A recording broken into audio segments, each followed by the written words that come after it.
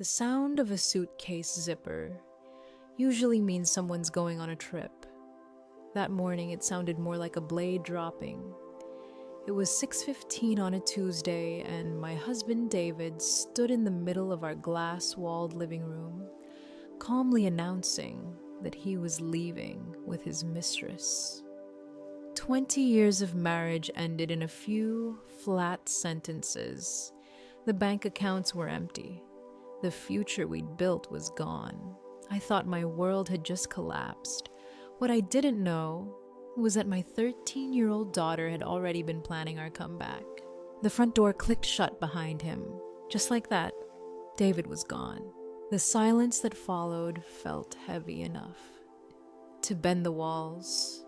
The only thing he left behind was the smell of his cologne cedar and something sharp that used to make me feel safe. Now, it just made my stomach turn. I didn't chase him. Honestly, I couldn't. My legs refused to move. I was still sitting on the hardwood floor right in the middle of the living room, staring at the space where his suitcase had been just seconds earlier. 20 years of marriage had evaporated in less than a minute, and my brain hadn't caught up yet. My world had just been demolished, and all I could hear was my own breathing echoing inside that glass house. Eventually, instinct kicked in. My phone. I reached for it with shaking hands, dropped it once, then again. It took 3 tries before my fingers could even unlock the screen. I opened the banking app.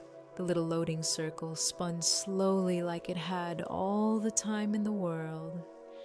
I remember staring at it, almost praying it would freeze, that anything would stop the numbers from appearing. But eventually the screen refreshed, and the number that appeared made the air leave the room. $297.50. That was it. 20 years of marriage reduced to $297.50. For a second, I thought it had to be a glitch, a display error, something wrong with the connection. My fingers started swiping frantically across the screen. Savings account, 0. Investment portfolio, 0. Retirement account, 0. Each swipe felt like another piece of my life disappearing. My chest started tightening like an invisible fist was slowly closing around my ribs. I couldn't seem to get enough air into my lungs. Then I saw the last account, Madison's Future. That was the one David and I had built together since the day she was born. Every birthday check from relatives, every tax refund, every holiday bonus David brought home. Little deposits, month after month, year after year. 13 years of careful saving. It should have held about $90,000. My thumb hovered over the screen for a moment. Then I tapped. The number appeared instantly. $0. No delay, no loading wheel, just nothing. The screen blurred in front of me. I realized a moment later it was because my eyes had filled with tears. $90,000 gone. That wasn't just money. That was Madison's college tuition, her independence, her safety net. The promise I had made to her since the day she was born that she would start her life without debt hanging around her neck. And David had taken it, all of it. A strange buzzing filled my ears as the reality started crashing down on me, piece by piece. I was 42 years old. I didn't have a job, not a real one anymore. I'd given up my gallery contracts years earlier when David told me the stress wasn't good for me. You focus on the art, he used to say with that reassuring smile. I'll handle the finances, and I believed him. I let him handle every account, every investment, every decision that involved numbers, which meant now I had nothing. No savings, no income, no safety net, Just a mortgage on a glass house that I suddenly had no way of paying for. The room started spinning slightly. I braced one hand against the floor, trying to steady myself. How long before the bank noticed? How long before the payments stopped going through? 30 days, 60. The thought of losing the house barely even registered. What terrified me more was a simple, humiliating question that suddenly surfaced in my mind. How was I going to feed my daughter? I stared down at the phone in my trembling hands, the empty balances glowing back at me like accusations. 20 years. Everything I thought we had built together, gone with a few taps on a screen. And the worst part, David had known exactly what he was doing when he walked out that door. I was still staring at the empty numbers on my phone when a voice cut through the panic. Stop shaking. It wasn't loud. It wasn't emotional. If anything, it sounded clinical. I looked up. Madison was standing over me. She wasn't crying. She wasn't panicking. She didn't even look particularly surprised by what had just happened. Her oversized pajama sleeves hung past her wrists, and a faint smear of burnt toast crumbs clung to the corner of her mouth. But her eyes were steady, focused. She reached down and wrapped her fingers around my wrist, holding it firmly enough that my shaking slowed. I handled it, she said. For a moment, the words didn't even register.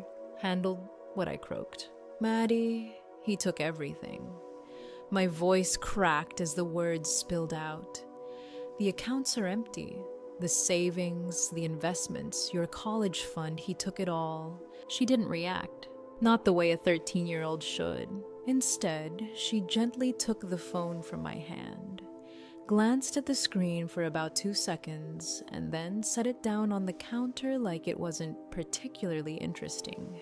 We don't have money, she said calmly. We have information. She walked back to the kitchen island and spun her laptop around toward me. And in the 21st century, she added, information is worth more. I blinked at the screen. At first, I thought it was some kind of video game interface. The display was dark, filled with scrolling text timestamps and little blinking indicators that looked like they belonged in a spy movie. Lines of data moved across the screen. Coordinates, login records, activity logs. What is this? I whispered. Madison sat down on the stool and tapped a key. This, she said simply, is Dad. I stared at her. Or at least she continued his digital footprint. Another tap of the keyboard and the screen changed. A list appeared, rows of usernames and passwords arranged neatly in columns. My confusion turned into something closer to fear. Maddie, what am I looking at? Dad thinks he's very smart, she said matter-of-factly. He buys burner phones, uses different apps, deletes messages. Her fingers moved across the keyboard with quick, precise movements. But he's lazy, she pointed to one of the passwords on the screen. Titanium 80. That's the password for the Netflix account he shares with me, she said. I nodded slowly. Okay. It's also the password for his private email. She continued, clicking another tab. His offshore banking app. And the encrypted chat he uses to talk to Jessica. My stomach dropped. What? She shrugged slightly. It's called password reuse, she explained. People pick one thing they can remember, then use it everywhere. Her eyes flicked up to mine for the first time. Once you have one key, she said quietly, you can open every door. The kitchen suddenly felt very small. Maddie, my voice was barely more than a breath. Did you hack him? She shook her head immediately. Number. Then she leaned back in her chair and folded her arms. I didn't hack anything, she said. He left the front door open. Another line of activity logs scrolled across the screen. Login locations, message timestamps, transaction alerts. My heart pounded as I realized what I was looking at. You're telling me you've been watching him? Madison's expression didn't change. For 6 weeks. The words landed like a stone in my chest. 6. My throat tightened. 6 weeks. I knew he was planning to leave, she corrected. I stared at her. You knew. She nodded. I saw the emails first. Then the bank transfers started. Small ones at first. Testing the accounts. My mind struggled to catch up. And you didn't tell me. Her typing paused for a moment. Then she said quietly, because you would have cried. The honesty of it hit harder than anything else that morning. You would have confronted him, she continued. You would have asked why. And the second he knew we were watching, she snapped her fingers once. He would have changed everything. New passwords, new accounts, hidden the money better. Her eyes met mine again. You can't catch someone if they know you're chasing them. The room fell silent. I looked at my daughter, really looked at her. The kid who used to ask for strawberry jam on her toast. The kid who used to leave glitter glue all over the kitchen table. And suddenly, she didn't look like a kid anymore. She looked like someone who had been sitting in the dark, watching a storm approach, while I'd been painting flowers in another room. You've been tracking him this whole time, I whispered. Madison turned the laptop back toward herself. Her fingers resumed their steady rhythm across the keys. Yes. Then she glanced at me over her shoulder. Mom, she said calmly. Wipe your face. She gestured toward the sink. We have work to do. I moved slowly toward the kitchen island, still trying to process what I had just heard. Madison had already turned the laptop back toward herself, her fingers moving across the keyboard with a quiet rhythm. Tap, tap, tap. The sound filled the kitchen like the ticking of a clock. Up close, the screen looked even more overwhelming. Rows of data scrolled past faster than I could read them. Timestamps, location pings, login records, message alerts. It didn't look like something a middle schooler should be running from a kitchen stool. What exactly am I looking at? I asked again, softer this time. Madison didn't look up. Dad's activity logs. She clicked open another window and rotated the screen slightly so I could see. A list appeared. Usernames, passwords, app names. Some of them were familiar Netflix cloud storage email. Others weren't. What is Titanium 80? I asked, recognizing the password she had pointed to earlier. That's the Netflix password he uses with me, she said. Okay. It's also the password for his private email. My head snapped toward her. He has another email. She nodded calmly, already opening another panel on the screen. A new inbox appeared, one I had never seen before. Messages filled the screen. Some were from banking services, others from encrypted messaging apps. And then there were the ones from Jessica. Short messages, late-night timestamps, travel plans, photos. I felt a wave of nausea rise in my chest. Madison kept talking like she was explaining a math problem. People think they're being clever when they hide the device, she said. They'll buy a burner phone or use a different laptop. She clicked again. But the device isn't the important part. What is, I asked? The key. She pointed at the password again. Titanium 80. That's what unlocks everything. Another screen appeared. This one showed a login history. Cloud backups, banking apps, messaging services. They all use the same credentials, she said. I stared at the screen, trying to follow along. You're saying he used the same password for all of this? Madison nodded. It's called password reuse. Her tone was calm, almost bored. Most people do it. They pick one thing they can remember and then use it everywhere. Streaming accounts, email, financial apps. She scrolled down another page. And once you find that one password, she tapped the screen lightly. Oh, you just start trying doors.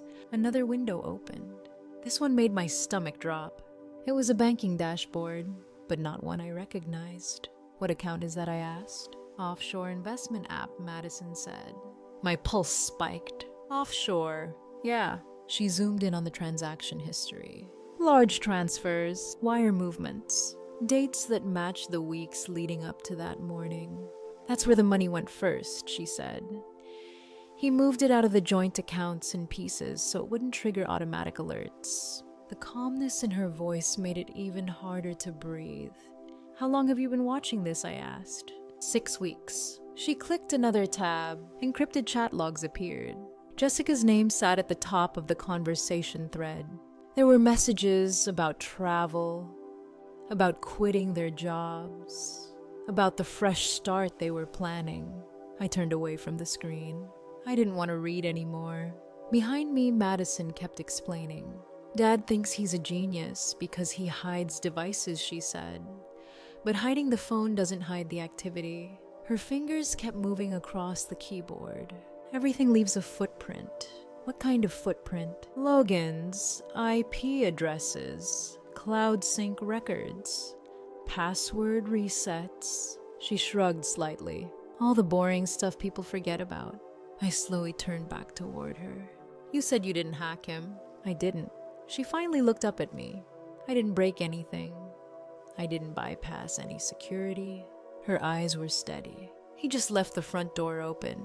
The words hung in the air for a moment. Then she added quietly, and I walked in. I stared at her. The girl sitting in front of that screen looked so small. Hair still messy from sleep, oversized pajama sleeves slipping over her hands. But the information she had uncovered, it was everything. How long have you been inside his accounts, I asked. Madison leaned back slightly in her chair, long enough to watch him pack. The sentence hit me like a punch.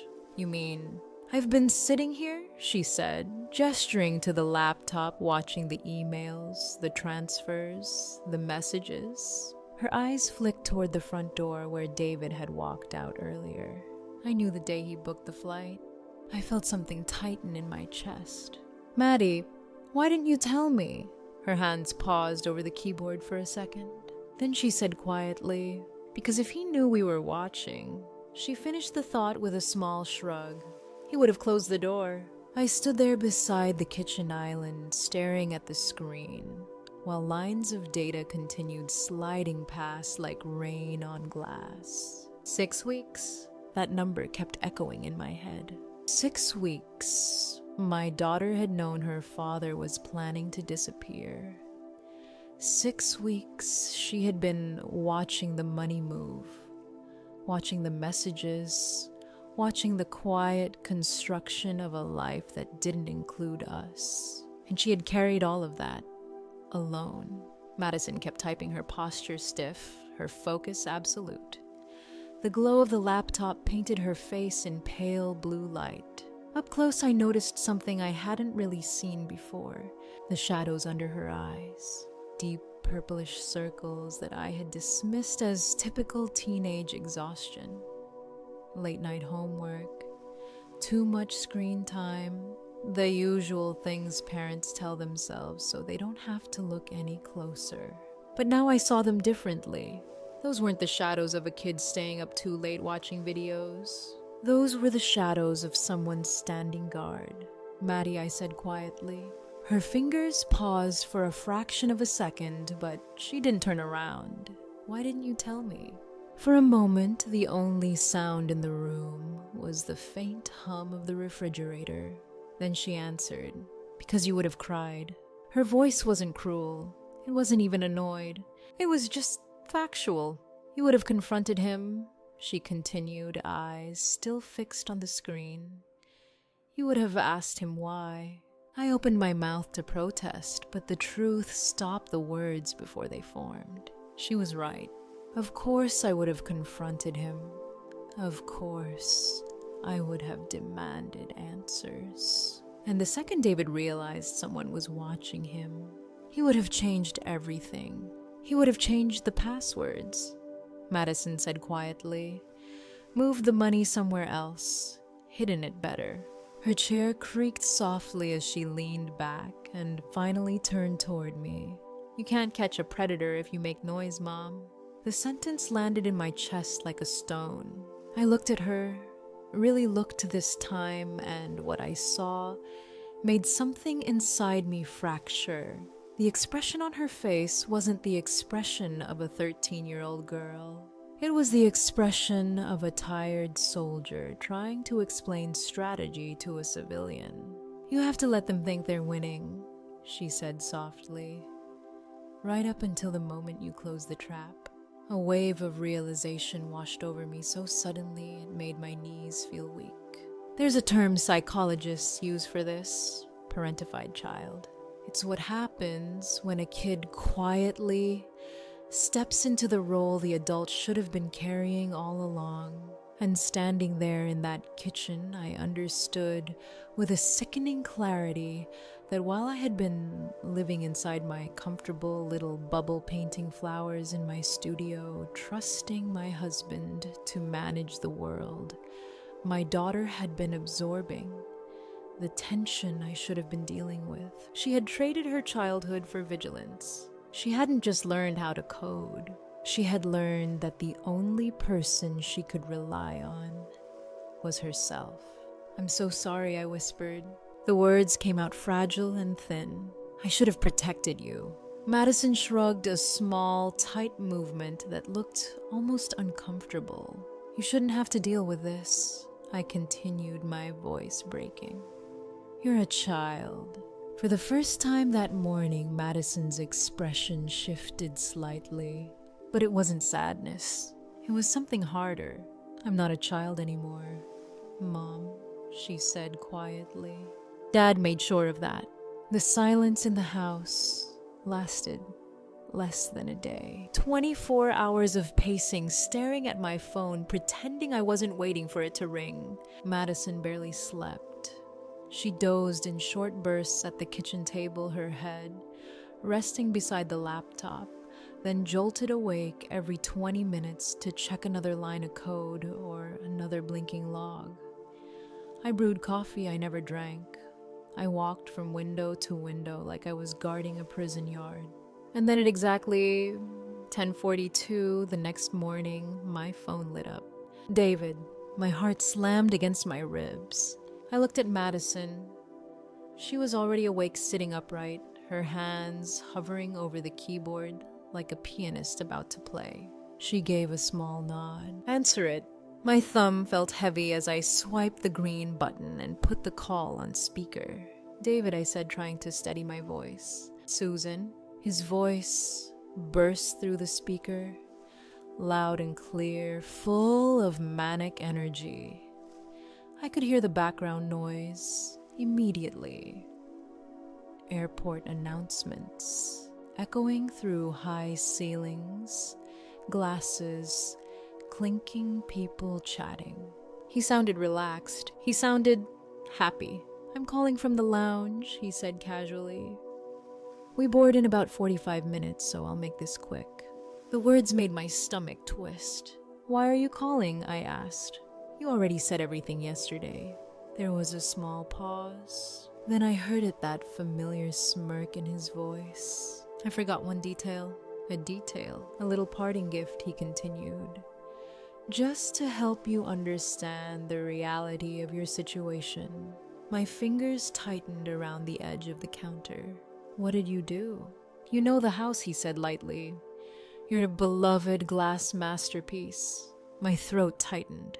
"Yes." "Well, it's not just a house anymore, Susan." My pulse started climbing. "It's collateral." The word hit like a hammer. "What are you talking about?" "I took out a loan yesterday morning," he said. "A private bridge loan. $250,000. For a moment I thought I'd misheard him. "You what?" "Relax," he said, sounding amused by my reaction. "It funded the relocation, flight startup expenses, and a very generous retainer for my new legal team." "You can't do that?" I snapped, my voice rising before I could stop it. "My name is on the deed. You need my signature." He laughed. Not a nervous laugh, a smug one. "Oh, I had your signature." The kitchen seemed to tilt slightly. What? Or at least he said a very convincing digital facsimile of it. My stomach dropped. You should really be more careful where you leave your iPad unlocked, Susan. For a second, I couldn't speak. He had forged my signature on a loan, a $250,000 loan tied to our house. David, that's fraud, I said quietly. That's a felony. Only if you can catch me. His voice was almost playful, and by the time the bank figures out the signature's fake, by the time the IRS starts asking questions about tax liability, he let the sentence hang for a moment. I'll already be somewhere with a non-extradition treaty. My chest felt tight again. He wasn't just leaving us broke. He was leaving us buried under debt. I'm doing you a favor, Susan, he continued. The legal mess will keep you busy. You won't have time to sit around being depressed. In the background, I heard a woman laugh. Bright, light, careless. Jessica. David, stop teasing her, she said faintly through the phone. We need to finish the champagne. Champagne? They were celebrating. You're a monster, I whispered. His tone changed instantly. Sharp, irritated. I'm a realist, he snapped. You are dead weight. The words landed hard. I cut the anchor, he continued. Sink or swim now, Susan. That's up to you. And just like that, the line went dead. The silence that followed felt heavier than before. I stood there, staring at the phone in my hand, my mind struggling to process what had just happened. He hadn't just taken everything. He had left behind a crater, $250,000 of it, and somehow we were supposed to survive the blast. I was still holding the phone when I looked up at Madison. The words David had just said were still echoing in my head. $250,000, a forged signature, a loan tied to the house we were standing in. I expected to see panic on her face. Instead, she was typing, fast. Her fingers moved across the keyboard like she was chasing something that had suddenly come alive. The calm focus she'd had earlier was gone, replaced by something sharper. Did he say they're in the lounge? She asked without looking up. My brain lagged behind the question. What? The airport lounge, she said, waiting for the flight. Oh, I swallowed. Yes, he said they board in 45 minutes. Madison stopped typing. Then she looked up at me, and slowly, she smiled. But it wasn't the kind of smile a kid gives when they're happy.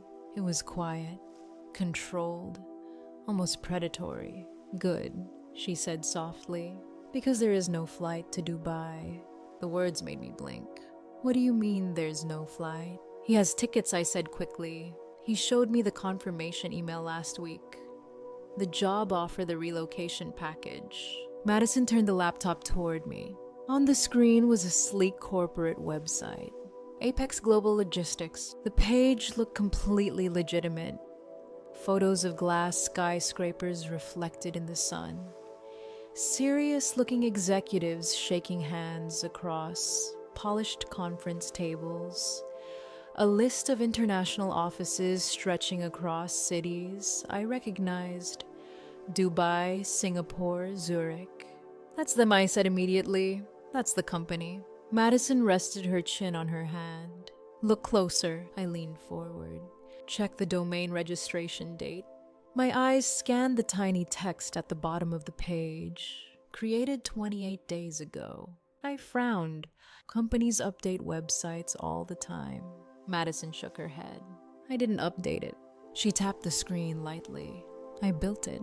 The room went very quiet. You, what? I built the entire site in my bedroom, she said calmly.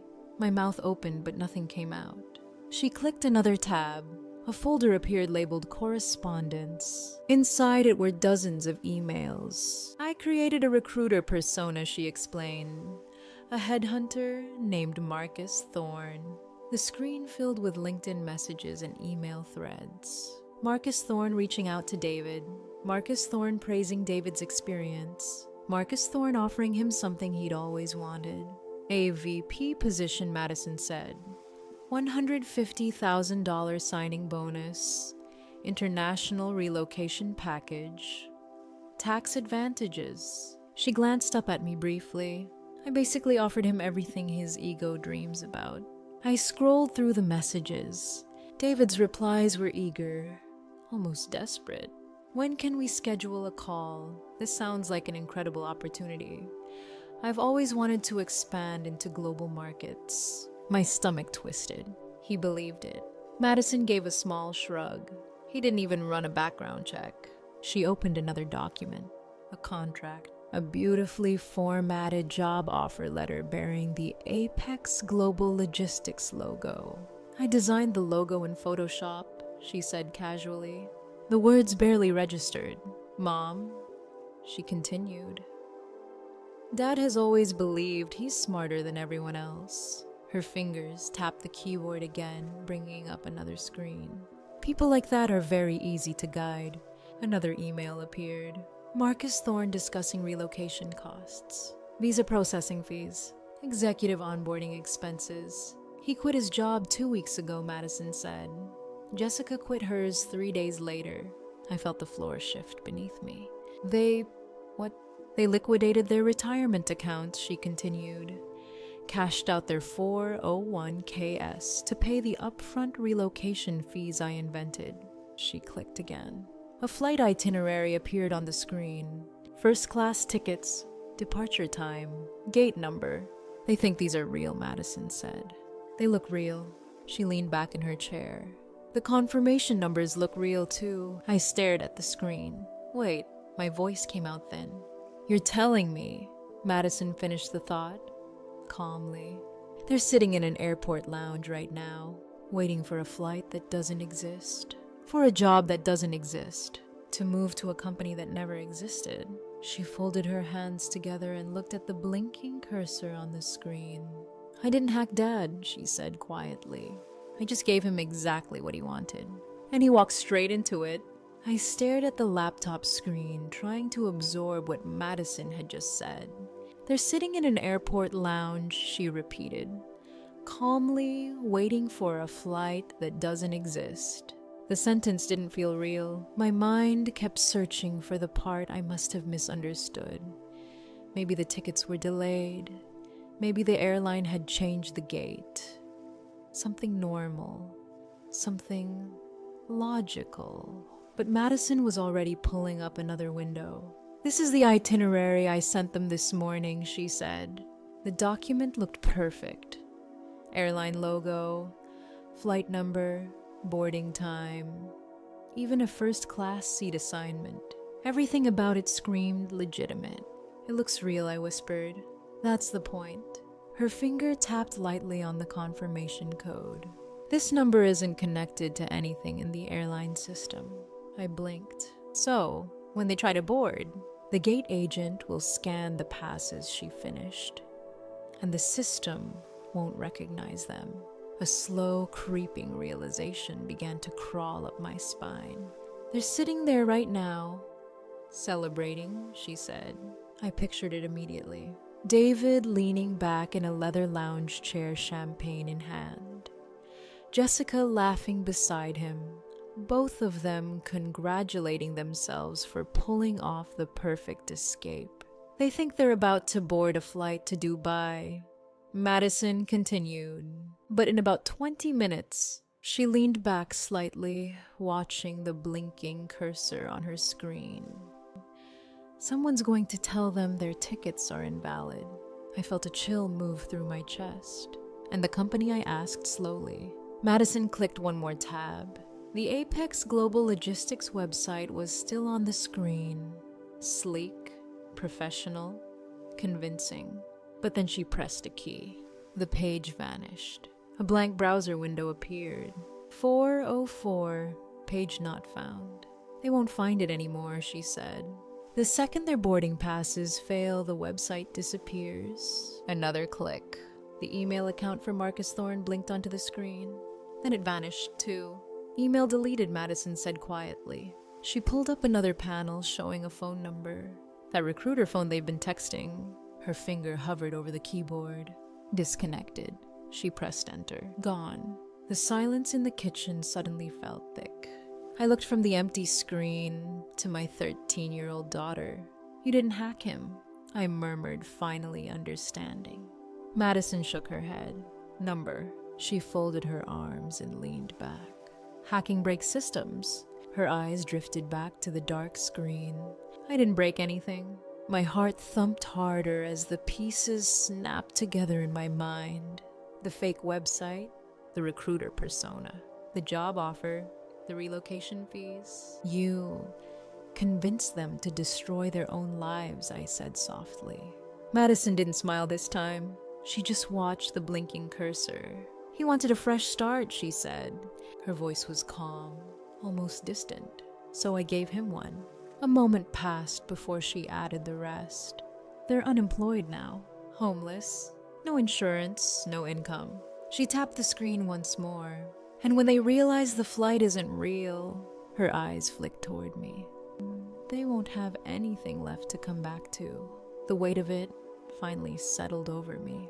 David hadn't just been caught. He had been guided, step by step, email by email, decision by decision, until he walked straight off the edge of his own life, believing the entire time that he was winning. And my 13-year-old daughter had orchestrated the whole thing without ever leaving the kitchen table. The phone rang again. This time it wasn't calm. It wasn't the relaxed, triumphant ring from earlier that morning. It was sharp, insistent, almost frantic. Madison glanced at the screen. David, she said quietly. Then she looked up at me. Showtime. I answered and put the call on speaker.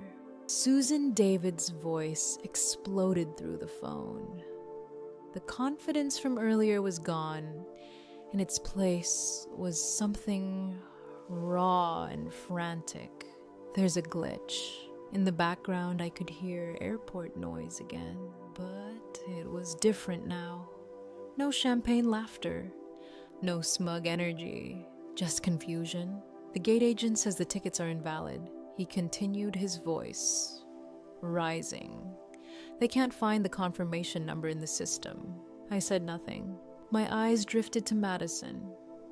She was typing calmly, her face illuminated by the glow of the laptop. I can't pull up the Apex Global website either, David went on. It's gone. It's giving me a 404 error.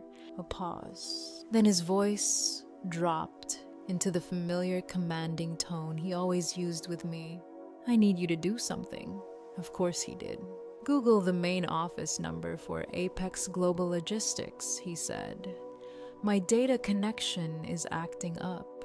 Even now, even while standing in an airport with his escape plan collapsing around him, he was still barking orders. Madison didn't even look up. Her fingers kept moving across the keyboard. I took a slow breath. David, I said quietly, there is no number. What are you talking about? Of course there is, he snapped. I signed a contract. I have the documents. Before I could say another word, Madison spoke. You signed a graphic design project. Her voice was calm, flat, loud enough for the phone to pick up. I made the logo in Photoshop. Silence, complete suffocating silence. For a moment, I thought the call had dropped. Then I heard it, a sharp intake of breath. Madison. Hi, Dad, she said casually. Behind his voice, I could hear movement now. Chairs scraping, people talking louder, panic starting to ripple through the background. You did this, he stammered. Madison leaned back in her chair. Enjoying the lounge, she asked. I hear the shrimp cocktail is overpriced. You little... His voice cracked with fury. Do you have any idea what you've done? Jessica's voice suddenly burst into the background. David, what's happening? He ignored her. We quit our jobs, he shouted into the phone. We liquidated everything. His breathing sounded ragged now. We have $200,000 in cash sitting in a briefcase and nowhere to go. Madison didn't react. Actually, she looked almost bored. Actually, she said calmly. Tapping a key, you might want to check your phone. What did you do? David demanded. I just pushed a small update to your location settings. There was a beat of confusion. Then I heard the panic creep back into his voice. What does that mean? Madison's fingers stopped typing. She glanced up at me once, then back at the screen. It means, she said calmly, that I just pinged your GPS coordinates to the legal department at Jessica's firm. A sudden shriek erupted in the background. What Jessica's voice cracked with pure fear. Madison continued like she was reading from a checklist.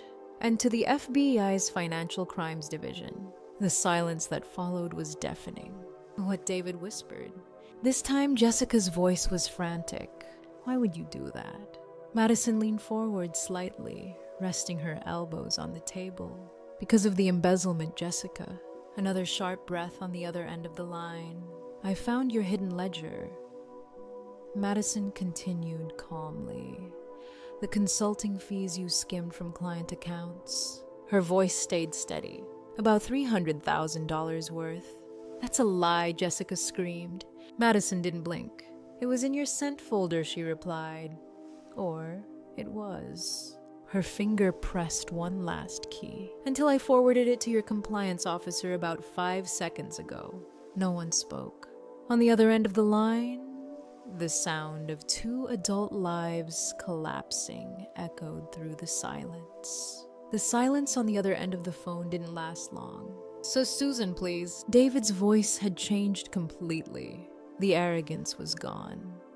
The smug confidence that had filled the airport lounge earlier had been stripped away, leaving something raw and desperate. You have to stop her, he said quickly. If the police come, if they find the cash. Behind him, I could hear Jessica breathing hard, pacing somewhere nearby. I'm your husband, he continued, his voice cracking. I'm the father of your child. For a moment, I almost laughed at the absurdity of it. You were. That was the thought that passed quietly through my mind. We can fix this, he rushed on. I'll come home. We'll return the money. We'll say it was all a misunderstanding. Madison stopped typing. The room went quiet again. She slowly picked up her tablet from the counter beside the laptop, tapped the screen a few times, and then slid it across the kitchen island toward me. The metal edge of it made a soft scraping sound against the stone countertop. Mom, she said quietly. Your move. I looked down. An email draft was open on the screen. The subject line read, Evidence regarding fraudulent loan application and identity theft. David Miller. My chest tightened. Below the subject line were attachments. Loan documents, digital signature records, time-stamped authentication logs, and at the bottom, an audio file. I didn't need to play it to know what it was. David's voice from 10 minutes earlier. His confession.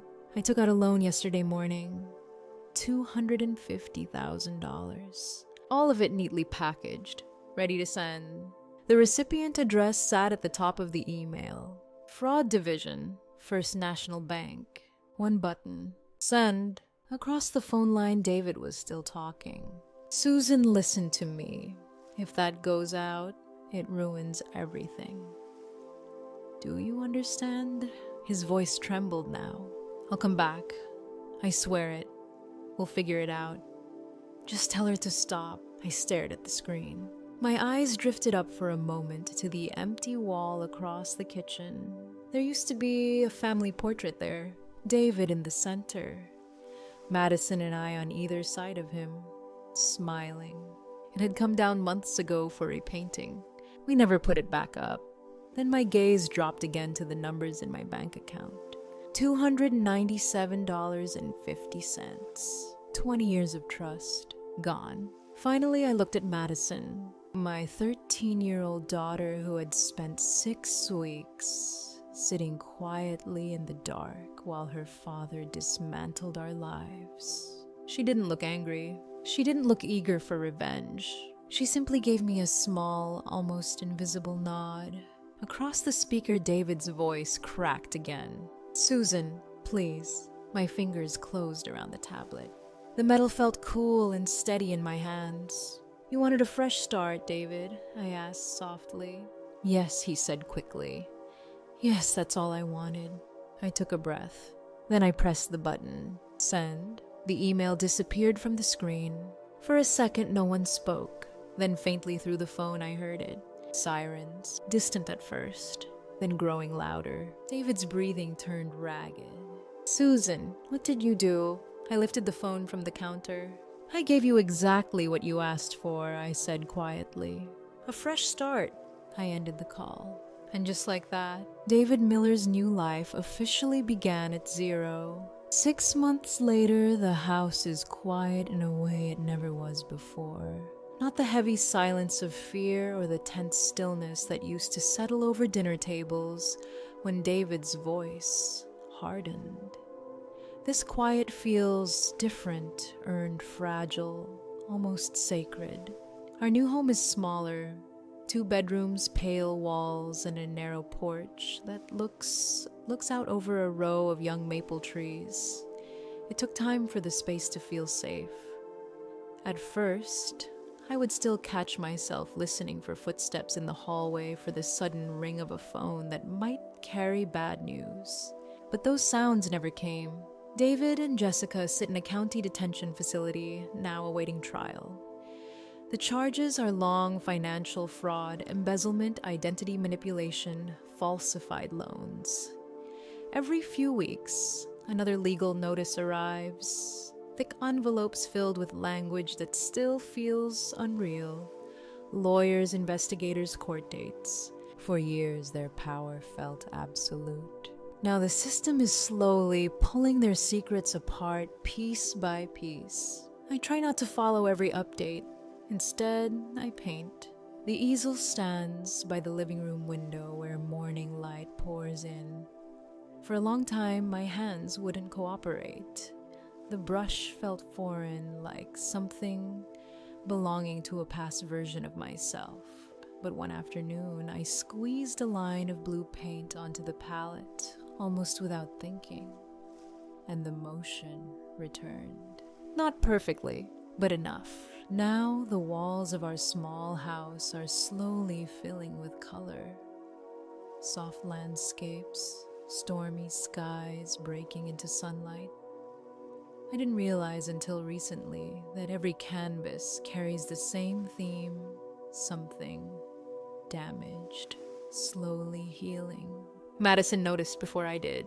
She stood behind me one morning, arms folded, studying a painting of a shoreline after a storm. "You're painting what survival looks like," she said. Her own work has taken a very different form.